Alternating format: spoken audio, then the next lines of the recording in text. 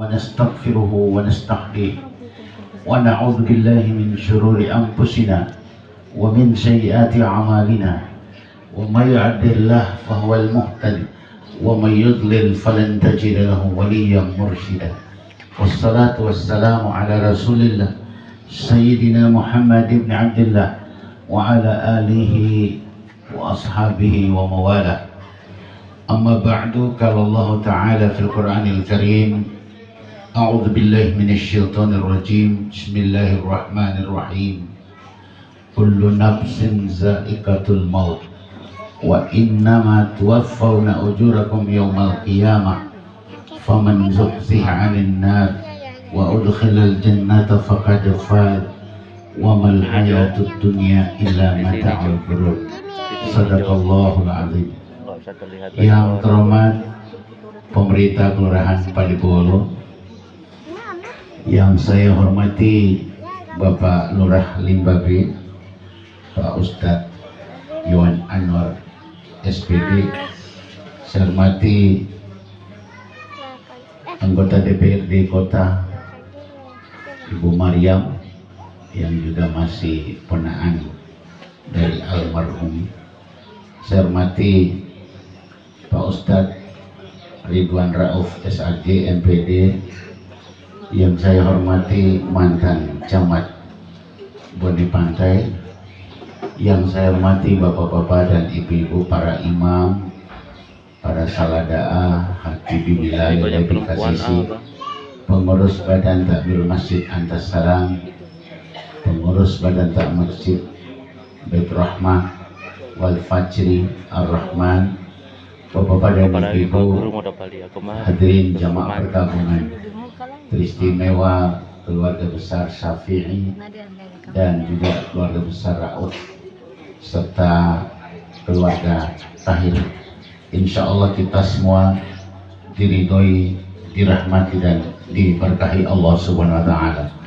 Amin ya Rabbal Alamin. Pertama-tama saya pribadi dan keluarga menyampaikan bela sungkawa dan turut berduka cita bersama keluarga atas meninggalnya almarhum saudara kami Ibrahim Syafi'i alias Tika Rahim, yang di udara beliau ini bergelar Hantel. Jamaah sekalian, kita doakan semoga almarhum telah diwafatkan Allah dalam keadaan nafsul mutmainnah dan husnul khatimah. Amin. Jamaah sekalian, pada hari ini kita maklum ini adalah hari Jumat, hari yang berkah, dan almarhum meninggal tadi malam ba'da maghrib. Saat azan maghrib, orang sementara melaksanakan sholat maghrib, beliau berpulang ke rahmatullah. Meninggal di malam Jumat, dikebumikan di hari Jumat, ini bagus. Bapak dan Ibu, ada satu hadis dari Rasulullah menyatakan, ma min muslimin yamutu yaumul jum'ati aw lailatul jum'ati illa waqahullahu fitnatal qabri. Tiada seorang muslim yang meninggal dunia di hari Jumat atau di malam Jumat kecuali baginya dibebaskan Allah dari azab siksa kuburnya. Kita doakan sementara mudah-mudahan Om Rahim ini insya Allah tidak merasakan siksa alam barzah. Amin. Jemaah sekalian dirahmati Allah, kita semua sudah maklum dan mafhum bahwa semua kita yang hadir ini pasti akan mati. Semua akan meninggal dunia, akan mengembuskan napasan terakhir. Kita semua juga sudah paham dan maklum bahwa musibah yang menimpa keluarga itu pasti meninggalkan bekas rasa duka di hati. Molol berarti otolal tak toliamu. Apalagi bapak dan ibu, kalau yang meninggalkan kita itu tonggak keluarga, suami dari istrinya, ayah dari anak-anaknya. Saya punya pemikiran begini, tolong camkan baik-baik ini ya. Kalau kita punya ibu, kalau kita punya ayah, ayah itu bukan kita yang milih, Allah. Tidak ada seorang anak memilih siapa yang akan jadi ayahnya. Allah yang pilihkan untuk dia seorang ayah. Kalau kita punya anak laki, Allah yang pilihkan anak laki-laki itu untuk kita. Seiring dengan waktu berlalu, makin tua usia ayah, kemungkinan besar dia akan meninggalkan kita. Dan anak akan siap kehilangan ayahnya. Begitu juga anak laki-laki. Semakin tambah usianya, dia akan melamar anak orang dan dia akan bawa lari. Karena dia akan berumah tangga sendiri. Maka seorang ibu siap kehilangan ayahnya dan siap ditinggal anaknya. Lalu siapa yang akan bersama kita? Itulah istri dan suami kita. Kita tidak dipilihkan oleh Allah untuk suami dan istri, tapi kita yang memilih. Kalau ayah, kalau ibu, Allah yang pilihkan. Kalau anak laki-laki, anak perempuan, Allah yang pilihkan. Tapi kalau istri dan suami, kita sendiri yang milih. Karena itu, pada saat anak-anak sudah dilamar orang, pada saat orang tua sudah meninggalkan kita, harapan kita adalah pasangan hidup, suami atau istri. Karena itu bapak dan ibu yang paling merasa kehilangan adalah Bu Nenek. Yang paling merasakan adalah Mama Aldi. Kenapa? Karena mereka yang selalu bersama. Sehingganya bagi kita yang bersuami dan beristri, harapkanlah kalau kita meninggal dunia, saat terbaring di atas pangkuan istri, atau saat istri meninggal dunia tersandar di dada sang suami. Percayalah seperti itu. Makanya paling bagus hari ini kita kumpul di sini untuk menghibur istri beliau, almarhum Pak Rahim ini meninggalkan seorang istri dan 2 orang anak. Lalu ada anak-anak angkat, anak asuh, anak yang dicinta dari lahir dari hatinya. Kemudian bapak dan ibu, beliau masih meninggalkan 2 orang saudara, 2 orang kakak, Ibu Haja Nurani dan Sufyan Thauri. Ini pasti merasa kehilangan juga, karena kehilangan ada itu sangat terasa sekali. Sehingga ini pesan saya kepada semua yang hadir, kalau orang mau dapat dengar ada orang mati, datanglah. Ada 2 fadilah di situ. Fadilah pertama menghibur dan meringankan beban duka keluarga, dan fadilah kedua ketika kita menyelenggarakan jenazah, pahalanya juga besar. Suatu saat juga hal yang sama akan terjadi pada diri kita, maka kita juga mengharapkan kehadiran orang. Seperti itulah layaknya dan semestinya, sewajarnya seperti itu. Baik Bapak dan Ibu, untuk itu saya mewakili semua yang hadir menyampaikan pesan kepada Ibu Nining dan anak-anaknya, perbanyaklah mengucapkan istirja, inna lillahi wa inna ilaihi raji'un. Kalimat istirja atau innalillah ini hadiah terindah dari Allah. Jadi jangan sembarang kalimat itu kita anggap enteng ya. Itu kalimat innalillahi wa inna ilaihi raji'un. Itu sebuah hadiah. Kalau bahasa ini sebuah cenderamata terindah yang Allah berikan kepada hamba-hambanya. Kalimat yang mendahului innalillahi itu bunyinya begini, wa basyiris sabirin, sampaikanlah kabar gembira kepada orang-orang yang sabar. Alladzina idza asabat musibah, orang-orang yang apabila ditimpa musibah, qalu, mereka mengucapkan inna lillahi wa inna ilaihi raji'un. Jadi Allah sebelum memberikan ucapan innalillah sudah mendahulukan dengan kalimat kabar gembira. Gembirakanlah orang-orang yang sabar. Berarti musibah itu kalau bahasa sederhananya bukan sesuatu yang mendukakan, tapi suatu kabar yang menggembirakan. Apa bentuk kegembiraan dalam musibah? Pertama, Allah akan melimpahi keluarga yang berduka asal mereka sabar dengan rahmatnya, ampunannya, dan hidayahnya. Itu termaktub dalam kalimat ulaika alaihim salawatun min rabbihim wa rahmah wa ulaika humul muhtadun. Mereka akan diberkahi dengan keberkahan yang sempurna. Kalau makna berkah itu kebaikan pada setiap peristiwa dan keadaan itu berkah. Salah satu maknanya adalah ampunan Allah. Wa rahmah. Rahmah itu bahasa Arab. Kalau diartikan dalam bahasa Indonesia itu kasih sayang. Perpaduan dari dua sifat utama Allah, Ar-Rahman dan Ar-Rahim, dipadukan jadi satu rahmah, kasih sayang. Wa ulaika humul muhtadun. Mereka akan diberi Allah hidayah. Hidayah itu bukan petunjuk. Kalau petunjuk itu bisa diberikan oleh guru pada muridnya, bisa diberikan oleh polisi lalu lintas pada pengguna jalan. Tapi kalau hidayah hanya Allah yang bisa memberi. Tadi saya sudah baca ayatnya, wa may yahdillah fahuwal muhtadi. Siapa yang diberi hidayah oleh Allah, dialah orang yang mendapatkan hidayah. Wa may yudlil falan tajida lahu waliyyan mursyida. Tapi siapa yang disesatkan oleh Allah, tidak ada seorang pun yang memberikan pertolongan padanya. Jadi kalau Allah memberi hidayah, itu berarti Allah mencintai dia, sehingga keluarga akan diberi hidayah, diberi keberkahan dan berikan kasih sayang. Itu yang pertama. Lalu yang kedua, dengan kesabaran, dengan ucapan istirja tadi, innalillahi wa inna ilaihi rajiun, Allah akan membersamai keluarga. Percayalah Bapak dan Ibu, orang sabar itu akan ditemani, disertai, dibersamai Allah. Innallaha ma'as sabirin. Semuanya Allah berserta orang-orang sabar. Saya cuma sekedar ingatkan, kalau kita bersama Pak Polisi, kadang-kadang ketemu sweeping atau tilang, kita aman-aman saja. Saya pernah diundang oleh polisi ceramah, yang menjemput saya polisi. Kebetulan dia tidak bawa helm. Pada waktu itu memang belum terlalu mantap helm, Pak tidak pakai helm.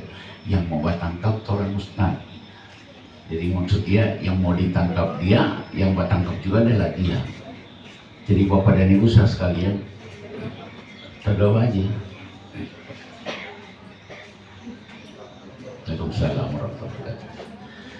Jadi kalau bersama Pak Polisi kita aman, bersama orang-orang yang lebih besar lagi, lebih tinggi lagi pangkatnya, kita lebih aman.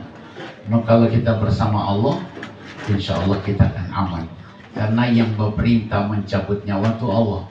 Malaikat Israel itu cuma tunggu perintah saja. Kalau dia bilang kasih keras, keras. Kasih lembut, lembut. Kalau kasih pelan, pelan. Kasih kuat, kuat. Jadi Allah yang memerintah. Jadi semua perintah dari Allah. Karena itu jamaah sekalian, orang yang dibersamai oleh Allah insya Allah aman. Yang ketiga, ternyata orang-orang sabar itu telah memenuhi syarat untuk masuk surga. Karena orang-orang yang masuk surga itu akan disambut oleh para malaikat. Malaikat akan berbaris di pintu surga sambil berkata, Assalamualaikum bima sabartum. Selamat datang di surga karena kesabaran kamu. Inilah hal-hal yang akan didapat oleh keluarga kalau keluarga ini memperbanyak ucapan inna lillahi wa inna ilaihi rajiun. Selanjutnya, kalau ucapan itu sudah kita ucapkan, maka tidak boleh lagi kita meratapi si mayit. Apa itu meratap? Meratap itu bahasa Gorontalonya mohilimuta, bahasa Arabnya niyah. Kenapa dilarang? Karena ada haditsnya, innal mayyita yu'adzabu fi qabrihi bimaniha ahlihi. Si mayit akan disiksa di alam barzakh dikarenakan ratapan keluarganya.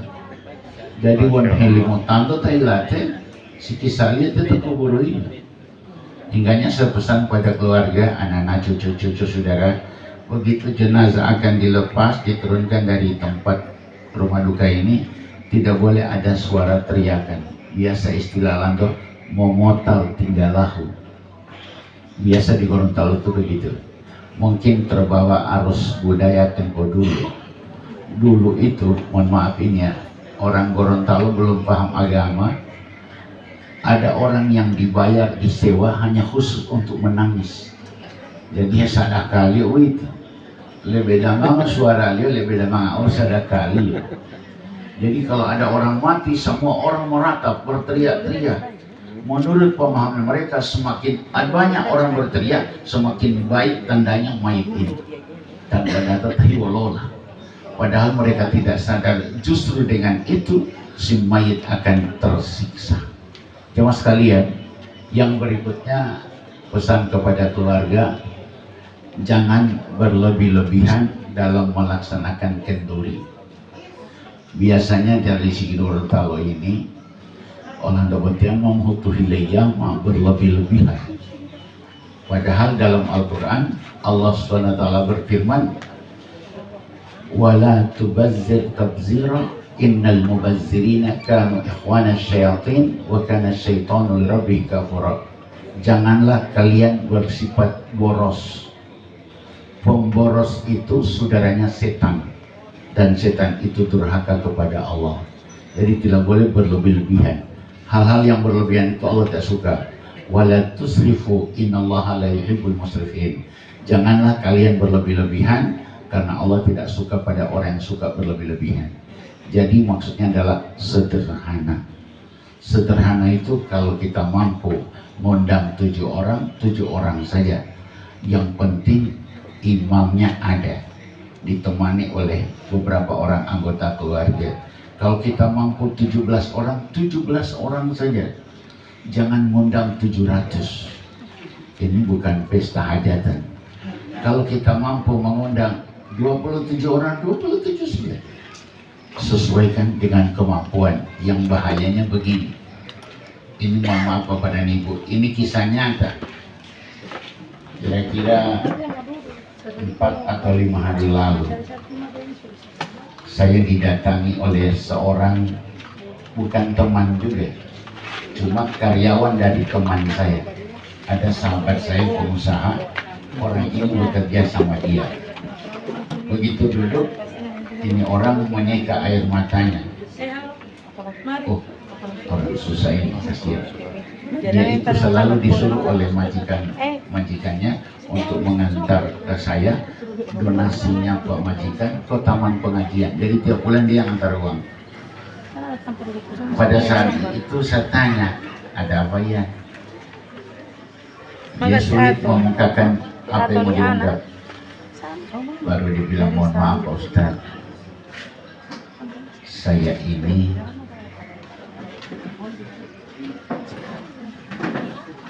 dapat kesulitan. Kenapa? Saya PO semua dilelang. Dilelang di mana? Saya ambil akan uang Pak orang 5 juta. Dia suruh bayar bunga tiap bulan 1 juta. Jadi 6 bulan Ustaz. 11 bulan, 11 juta. Kalau hari ini tidak mau tebus itu mobil, dia mau jual 11 juta. Padahal uang boleh 5 juta, semua bayar 11 juta. Baru 1 juta saya sudah bayar duluan Ustaz. Sekarang di tangan saya ada 2,5 juta. Baru kalau Ustaz ikhlas mau pinjam 7,5 juta, mau batobus akan auto. Dan Ustaz saya mau panggil batobus itu supaya Ustaz tahu betul-betul saya mau pakai untuk. Ada pakai di mana itu uang itu. Mudah sekali dari saya. Sampai mama meninggal Ustaz, saya tidak ada uang sama sekali. Itu mobil saya kasih gade 5 juta untuk biaya seluruh pelaksanaan. Setelah itu saya kumpul-kumpul uang. Poli keluarga bilang, Poli ini 10 hari poli saya ambil itu uang, 20 hari poli saya ambil itu uang. Setelah kumpul-kumpul, tidak kita kumpul batu besakan 5 juta Ustaz. Kemarin keluarga bilang besok 70 hari. Saya kasih ke sana poli 500.000 Ustaz. Jadi tiap 10 hari per 10-an mau diberikan, iya 10, 20, 30, 40, 50, 60, 70 sampai 100 Ustaz. Astagfirullahaladzim. Kenapa begitu? Iya, tidak tahu sampai keluarga ini bilang kemarin begitu. Saya bilang Sultan Salamoni, doa paling bagus itu doa anak soleh yang ahli ibadah. Ketika anak itu selesai sholat, dia mengangkat tangannya, dia berdoa, itu yang paling bagus. Nah, kan dia beda anak. Iya, mana saja Mbak Samba yang berdoa. Kita harus mengundang Pak Imam itu harus kasih sedekah, dikasih makan nasi kuning, masakan tili ayam. Salah satu keluarga sebagai kepikiran, ibu bapak, saya ingin meluruskannya. Anak soleh itu kalau sudah beramal beribadah, hasil didikan orang tua, otomatis semua amal anaknya itu mengalir pada orang tuanya. Contoh, Pak Ridwan ini orang tuanya kiai, imam. Ketika Pak Ridwan masih kecil dididik, saya tahu kemarin 11 tahun lebih saya bersama ini.